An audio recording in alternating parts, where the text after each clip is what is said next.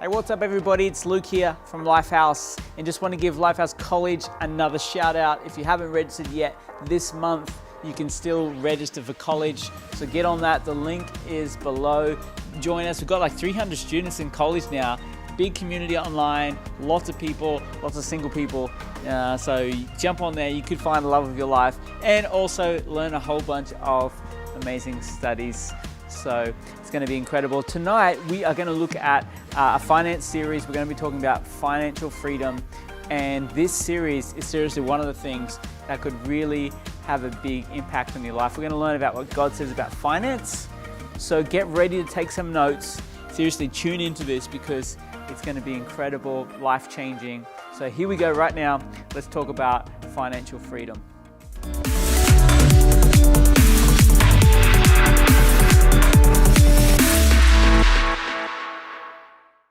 Well, hey everybody, and welcome to 7 Steps to Financial Freedom. My name's Josh. I'm one of the pastors here at Lifehouse, and I tell you what, we're just so excited about helping you get better in your finances and getting to a place of incredible generosity and financial freedom. And so glad that you've started this course together with us. Now we're going to spend the next 8 sessions together, and I believe these sessions are some of the things that you're going to look back on in your life as a pivotal moment in your finances, in the way that you think about money, and in fact, in the way that you live your life. And so we're going to kick things off today with an introduction to 7 steps to financial freedom. You know, Dave Ramsey says, live like no one else now so that later you can live and give like no one else. And I want to tell you now that we want to live a blessed life. But you know, mate, you may not realize it, but if you are listening to my voice right now or watching this video, you are in fact blessed. Just by living here in Japan, where we're recording this, the average salary in Japan at just over 3 million yen puts us in the top 1% of wealthiest people in the world. That's about $30,000. So wherever you're watching this, if your salary is above $30,000 a year, that actually puts you in the top 1% of wealthiest people in the world as well. And you may say, but I don't feel that blessed. Well, actually you are. 1 Corinthians chapter 4, verse 2, it says, it is required that those who have been given a trust must prove faithful. And what do you think that means when we've been given a trust? Well, it means that God has blessed us with something and he expects us to do well with what we have. In fact, many times throughout the Bible, and even Jesus says this, that as we do well with what God has given us, God will give us more to steward for him. You see, what we have is not just, limited to what we have, but as we do well with what we have, God sees that. His blessing is upon it. He smiles upon us. And of course, he wants to bless those who are going to do well with what he gave them. Matthew 25:23, Jesus tells a story and his master replied, well done, good and faithful servant. You've been faithful with a few things. I will put you in charge of many things. Come and share in your master's happiness. And right from the start, right from the outset of financial freedom, I want to ask you a question. Are you being faithful with what God has given you? Are you being faithful with what God has given you? And honestly, if you looked at your life, you'd probably say, maybe I could do a little better with what God has given me. Financial freedom. Financial freedom is being free from anything that might be holding us back from living the blessed life that God has for us. For many people, this means freedom from debt, freedom from stress about worry, or freedom from bad decisions, or even a family history of bad decisions. And this course is not a get-rich-quick scheme. In fact, it may be a get-rich over time or build wealth over time scheme. But you need to know that the Bible talks a lot about money. In fact, in the New Testament, Jesus offers more wisdom and has more to say about money than any other subject besides the kingdom of God. To me, this shows how important finances are to God. I believe in our lives, if we can do well in the financial area of our life, it means we can do well in many areas of our life. Luke chapter 14, verse 28, it talks about budgeting and planning. It says, suppose one of you wants to build a tower. Won't you first sit down and estimate the cost to see if you have enough money to complete it? Proverbs 21 verse 5 talks about budgeting and planning. It says, the plans of the diligent lead to profit as surely as haste leads to poverty. Debt. The Bible talks about debt. Proverbs 22 verse 7 says, the rich rule over the poor and the borrower is slave to the lender. The Bible talks about relationships. 2 Corinthians 6:14, it says, don't be yoked together with unbelievers, for what do righteousness and wickedness have in common? Or what fellowship can light have with darkness? It's saying, hey, you got to choose your business relationships carefully. You got to choose relationships in your life carefully. The Bible, of course, talks about saving. Proverbs 21:20 says, the wise store up choice food and oil, but fools gulp theirs down. Do you want to be wise or do you want to be full? It's not a difficult question today. Matthew 25:19-21 talks about investing. It says, after a long time, the master of those servants returned and settled accounts with them. The man who had received 5 bags of gold brought the other 5, and he said, Master, you entrusted me with 5 bags of gold. See, I've gained 5 more. And his master replied, well done, good and faithful servant. You have been faithful with a few things. I will put you in charge of many things. Come, share in your master's happiness. And so the Bible talks about that. God, money is not there just to sit for us, but we need to actually not just work for money, but we need to make that money work for us. And Jesus himself is actually talking about investing that money so that we get a return on what God has originally given us. The Bible, of course, talks about giving.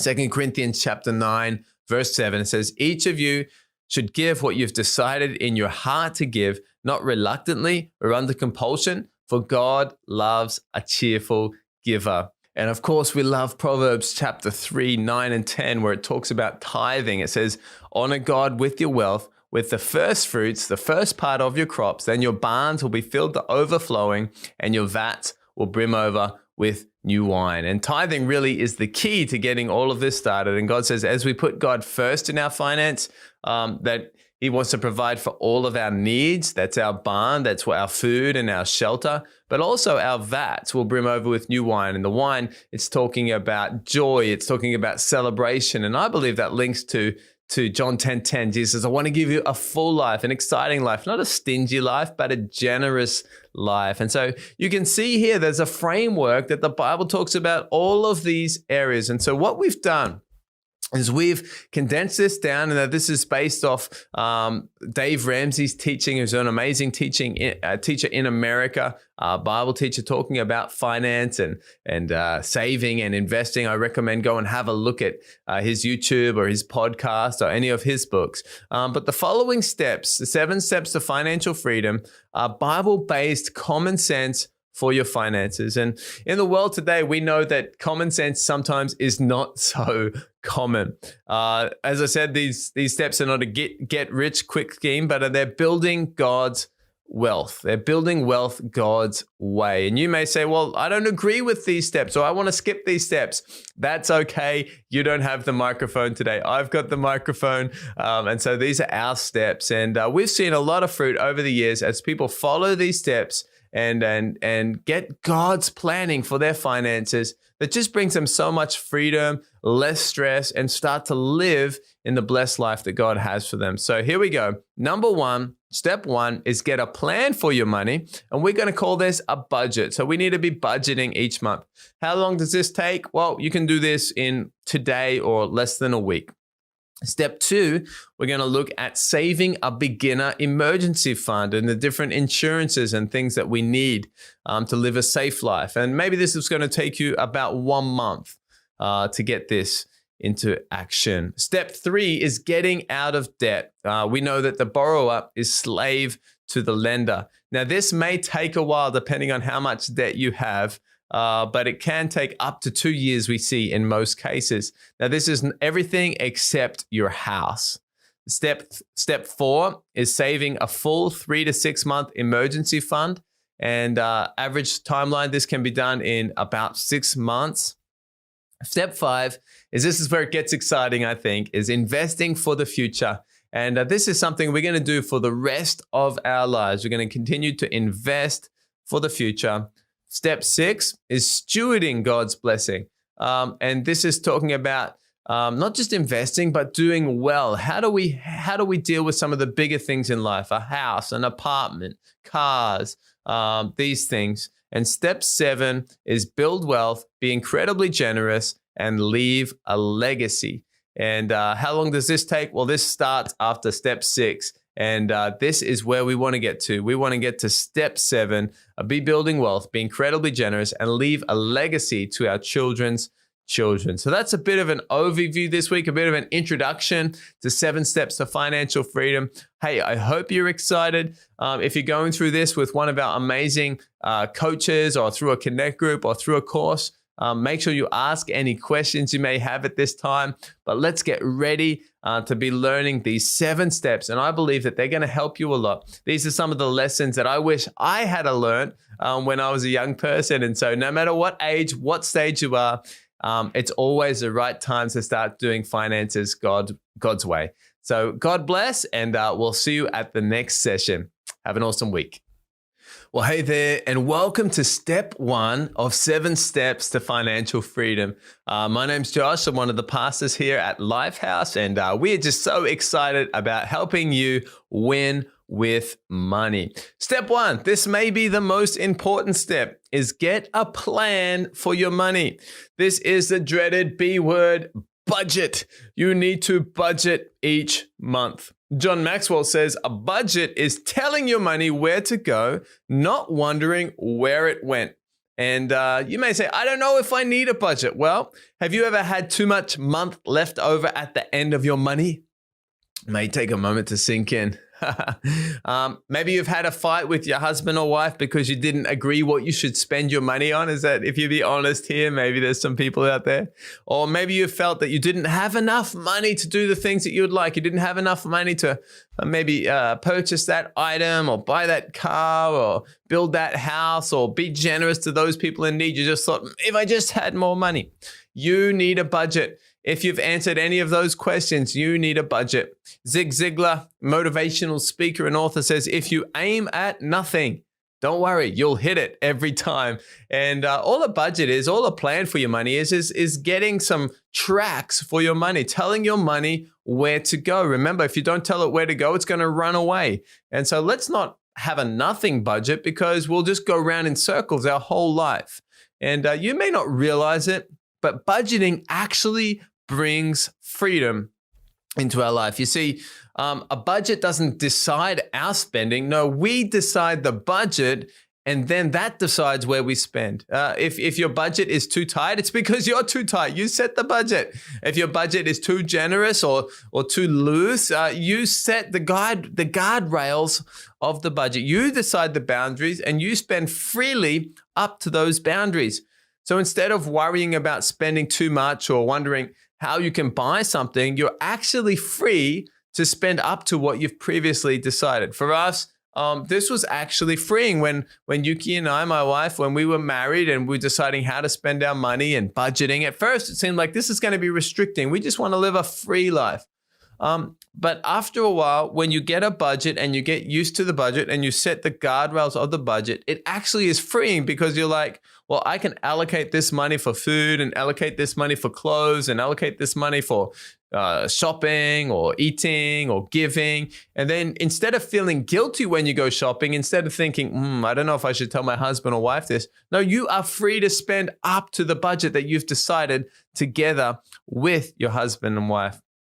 Proverbs 21 verse 5 says, the plans of the diligent lead to profit as surely as haste leads to poverty. And Proverbs is so wise. It says, as you plan out, it's actually going to lead to good things. It doesn't mean that everything is easy overnight, but over time, the plan leads to good things.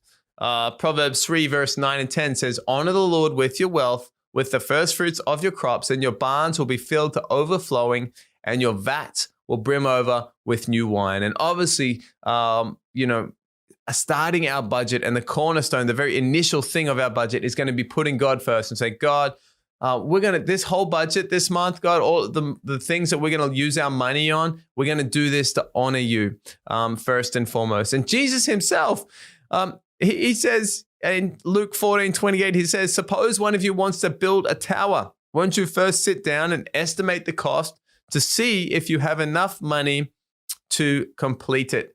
What does Jesus say about planning our money? Well, he says, if you want to do something big, if you want to have a big project, if you want to have a big life, well, you need to sit down and you need to spend your money on paper before you start building anything. Too many people get ahead of themselves and start spending stuff and doing things, and they didn't actually sit down and work out, could it be done or how much it's going to cost? A budget meeting. This is a big one. If you take anything away from today's lesson, you need to have a budget meeting. So every month, as you get paid, have a budget meeting with your husband and wife and spend all of your money on paper. Spend all of your money on paper before you actually touch the bank. And you may say, well, I'm not married. Who do I do that? Well, if you're not married, sit down in a chair, get out your budget spreadsheet, put a teddy bear in the other chair and have a budget meeting with a teddy bear. What you need to do is give every dollar a name and you need to tell it where to go. Remember, if you don't tell it where to go, it's going to develop wings and it's going to run away. And there should be nothing left over. In fact, everything should be allocated. Remember, we're going to spend all of our money, but we're going to spend it on paper before we do anything in real life. And this is called zero-based budgeting. It means at the end of it, if you did it correctly, the end total, the end sum should be zero because you've put everything there and savings here and miscellaneous spending here and food here and tithing here. And remember, you need to stick to the budget, and any changes you need to discuss with your husband or wife first. And I would recommend for the first budget or for the first few budgets, when you make that budget, you and your husband or wife or you and your teddy bear, whoever that is, you should sign the budget. And if you spend outside of those budget categories, you need to get permission from your husband or wife or from your teddy bear to spend outside of that category. This is your binding word. And then, of course, over time, it doesn't need to be so strict like that. But you need to understand, hey, these are our categories that we are going to set. And so what does a sample budget look like? Well, right at the top, you write down your income from your work or your regular job. And then you can also, there's a space for other income. And you have your total income. This is 100% of your budget. Then, of course, you're going to list out some of your, let's call these overflow categories. So these are your tithes, 10%. Of course, we're going to give that to God first. We're going to do this before we spend anything else. We're going to invest. I would recommend 15% if you can. We're going to save. I would recommend 5%. This is money that we keep on hand for projects that require cash or require savings. If you got kids, we're going to give some money, maybe 5% to kids, college, investing for that. And maybe if you like, we can give some money for extra giving, 2.5% or 5% or more if you can. But this is money towards extra giving projects, maybe buying dinner for someone in need or supporting our school, Tejas Asia in India, or maybe supporting the kids in Watoto, Africa, or needs or typhoon victims or earthquake victims as they come up. It's good to have some extra money on hand that we can use for giving. And so that's going to come to roughly 40% of our budget, give or take. Then we have our needs. These are things like housing. How much should you spend on rent or your mortgage? I would recommend no more than 25% if you can. If you're spending more than 25% on your housing, some of these other areas like college or savings or investing are going to suffer because maybe your house or your rent is more than it should be, proportionally is in terms of your income. Utilities, gas, water, these types of things, maybe about 10%, depends where you live. And food, of course, maybe that's going to be 10% of your budget. Now, you may say, food, 10% of my budget. That's not enough money. And it may not be if you have a family. But most people, you don't need to spend a lot of money on food if you are buying your food at a supermarket or at a grocery store. Most people need more money for food if they're eating out all the time. Now, that's one of the biggest areas you can look at. And so that's maybe going to be about 40%. So we're up to 85%. Then, of course, we've got eating out money. I don't know how much you eat out. I used to eat out a lot. And then I realized, hang on, if I took some of that money and we saved it or invested it, that's actually quite a lot of money. And so we stopped eating out as much and got a lot healthier as well, because now we can buy great food and we can make great dinner together and have some extras and drinks and things. And it's actually a better experience for our family as well. But of course, we still do eat out sometimes as well. And then miscellaneous, maybe 2.5%. There's some things. These are extra things. We can cut these in a tough time. That's going to be about 5% our budget. And then, of course, we've got things like life insurance. Maybe that's about 2.5%. We got health insurance. Maybe that's another 5%. We got our pension. Maybe that's another 2.5%. So our total insurance is maybe going to be about 10% of our budget. And so all of that income minus our overflow, which is our giving and our needs and our wants and our insurances, all of that should equal 0. Now you may say, well, those percentages don't work for me. That's fine. This is just a rough guide. The main thing is that you write down your income at the top of the page, and then in order of priority, you write down your tithing and your giving and your saving and investing and housing and utilities and food and eating out and miscellaneous and insurance, and you write all of that down. If there's money left over, well, I would recommend put it back into savings or put it back into investing or put it back into giving. And if you've got a negative, and many people, when they do this, they don't realize it, but they're like, oh, that's why I never have any money, because I'm actually got a negative every month. If you've got a negative, you need to look at that and you need to make your budget work. Now, initially, maybe you can't invest 15%. Maybe you can't give extra giving at the moment. Maybe you need to wait until you move house or do something or increase your income with a side hustle. So this is not set in stone, but we do need to look at it. And if you've got a negative, then you've got a problem. And of course, we're going to tithe all the time, no matter what. Tithing, it's a mandatory. We have to, not because God requires it, because we want to honor God. We want to put God number one. For me, this is a non-negotiable when I say that. And I want to encourage you to also have that as a non-negotiable in your life, putting God first. But investing and saving, these things, I put those at the front end. Because as we put those at the front end, if we put them at the end, we never have enough money to save. We just say, I won't save anything this month. But if you do that, you'll find that every month, you'll never save anything because you didn't make it a priority. So put it at the start. It might hurt, but you're going to make everything else work. So put your tithing, put your giving, put your investing, put your kids' college, put all that at the start, then put your needs, and try and work your budget out from there. Of course, if you've got any questions with your budget, if you're doing this as part of our course or one of our Connect groups, talk with your coach and say, hey, can you help me make this work? And often someone else can look at our budget and say, hey, you're spending too much money. Usually it's on takeout food. Sometimes it's on other things like clothes or different things like that. But hey, let's make our budget work every month. So looking forward to hearing your stories about your budget meeting with your husband or wife. Sit down, or maybe with your teddy bear, write in if you do got a good story. But let's try it out this month. Step 1, get a plan for our money, budget, tell your money where to go, and don't wonder where it went. Well, have a great week, guys. And hope you enjoyed step 1 of financial freedom. And we'll see you next session for step 2 of financial freedom. Hey, welcome back, guys. I hope that you guys absorbed a bunch of this stuff about financial freedom. And so good to learn about this. But if you don't know Jesus, hey, today you can know Jesus in your life. It's the best decision you will ever make, is to invite Jesus into your life. He loves you, wants to come into your life today. And I want to just pray for you right now if you want to receive Jesus. Okay, so let's pray together. Jesus, we thank you. We believe in you today.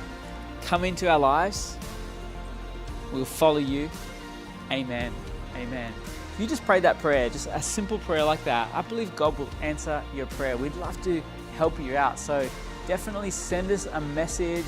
I'm sure there's a local pastor where you are who would love to get in touch with you and just help you walk that journey with following Jesus. Now, we actually have a bunch of these studies, all of what we're talking about tonight. We actually have Blue Book studies, so you can jump onto the Lifehouse app, and in there is the Blue Book where we use in our small groups. There's studies in there on financial freedom. I think there's 6 or 7 studies. Jump on there, check it out. You can do that with your small group. And next week we're going to be back talking about the next subject. It's going to be powerful. So make sure you tune back in next week to be part of more financial freedom. Now, if you want to give, please jump onto mylifehouse.com/give. Links are below. Choose your campus. Be a part of supporting your local campus, your local church. It's a great thing to support your local church. And we're really praying God's blessing over your life as you do that. So links are below for that. Let's be faithful and give and build the house of God together. Have an amazing week, guys. We'll see you back here next week.